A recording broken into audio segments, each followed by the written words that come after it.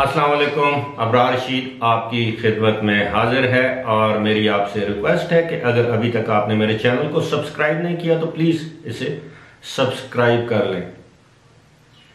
UAE की तारीख में दूसरी या शायद तीसरी मरतबा वफाकी काबीना का एक इंतहाई अहम इजलास हो रहा है और ये इजलास 3 दिन तक जारी रहेगा। जी हाँ, 1990-91 में इराक, कुवैत और उसके बाद इराक वार के बाद यानी गल्फ वार के बाद शायद ये पहला मौका है कि यूएई में यानी मुत्तहिदा अरब अमीरात की वफाकी काबीना का एक इंतहाई अहम 3 रोज़ा इजलास शुरू हो चुका है और ये इजलास मंगल तक जारी रहेगा। इजलास की सदारत दुबई के हुक्मरान जो कि यूएई के वजीर आज़म भी हैं शेख मोहम्मद बिन राशिद अल मखतूम कर रहे हैं और ये रिमोट इजलास इसे कहते हैं, यानी आप ऑनलाइन इस इजलास को बुलाते हैं या इसकी सदारत कर रहे हैं। इसमें 100 से ज़्यादा अफराद शरीक हैं जिसमें वफाकी काबीना, वहाँ की कौंसल के जो सरबराहान हैं, वहाँ के जो वफाकी सेक्रेटरीज हैं वो इसमें शिरकत कर रहे हैं। इसमें मुल्की और गैर मुल्की माहिरीन भी इस इजलास का हिस्सा है। इस इजलास को अहमियत क्यों दी जा रही है? इस इजलास में यूएई की आइंदा की मुस्तकबिल की तरजीहात को तय किया जाएगा। शेख मोहम्मद ने इस हवाले से इंतहाई अहम बयान देते हुए ये कहा है कि कोरोना वायरस के बाद की सूरत हाल से निपटने के लिए ये इंतहाई नागुज़ीर हो चुका है कि यूएई के मुस्तकबिल के हवाले से यूएई की तरजीहात तय की जाएं कि वो तरजीहात क्या होंगी। फिलहाल जिस बात पर उन्होंने जोर दिया, उन्होंने कहा कि अब हमें सबसे पहले अपने मेडिकल फैसिलिटीज को देखना होगा कि हमारे पास सेहत की कैसी सहूलियात हैं और मुस्तकबिल में इन सहूलियात में मजीद बेहतरी कैसे पैदा की जा सकती है। दूसरे नंबर पर उन्होंने कहा कि खुराक इंतहाई अहम है, यानी हम खुराक में कैसे खुद कफील हो सकते हैं आइंदा 100 या 200 साल के लिए। इसके लिए हमें मुनासिब मनसूबाबंदी करनी होगी, यानी यूएई को।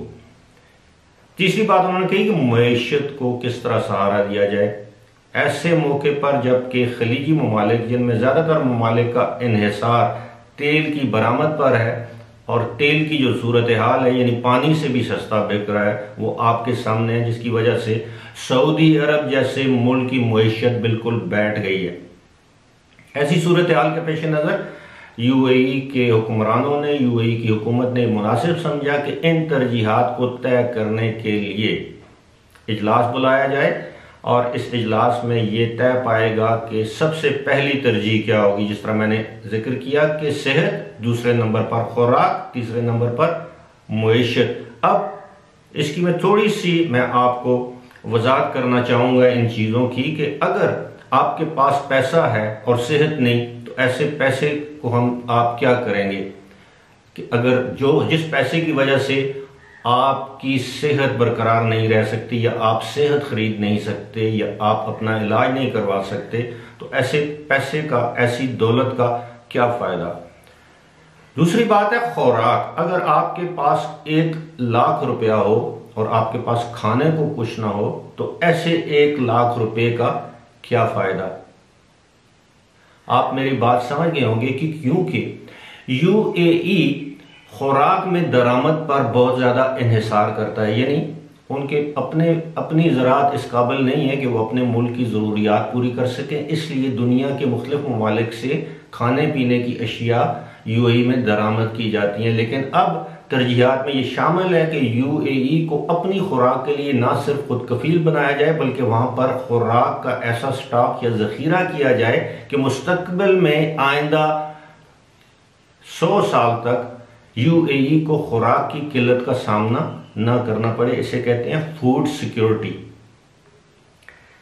तीसरी बात उन्होंने कही मईशत की। इस वक्त सबको पता है कि यूएई खास तौर पर दुबई की मईशत बिल्कुल धड़ाम करके बैठ गई है और दिन ब दिन इन्हितात का शिकार है और आए रोज हुकूमत इस बात के ऐलानात करती रहती है कि किस तरह UAE और दुबई की मईशत को सहारा दिया जाए, इमदादी पैकेजेस का ऐलान किया जा रहा है। लेकिन सब जानते हैं कि इस वक्त UAE में hotel industry, tourism industry, airline industry, construction industry, real estate industry और दीगर तमाम जो कि पैदावारी सनतें हैं वो बंद हैं और दिन ब दिन बंद हो रही हैं, जिसकी वजह से इस वक्त UAE और ख़ास तौर पर दुबई में तरक्की की रफ्तार जो है वो सिफर होकर रह गई है। और मुस्तकबिल में अगर इसको सहारा ना दिया गया तो खुदा न ख्वास्ता यहाँ के हालात मज़ीद ख़राब हो सकते हैं और मज़ीद बेरोज़गारी आएगी, मज़ीद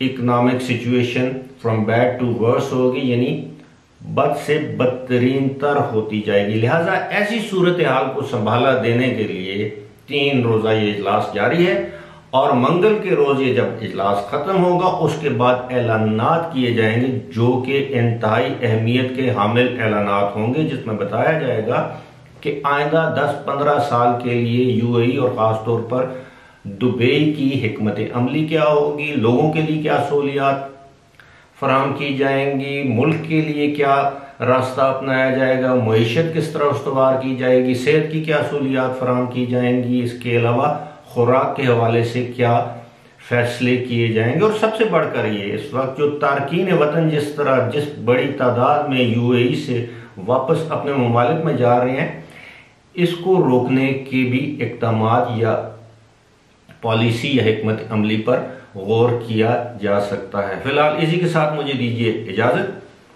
खुदा हाफिज़।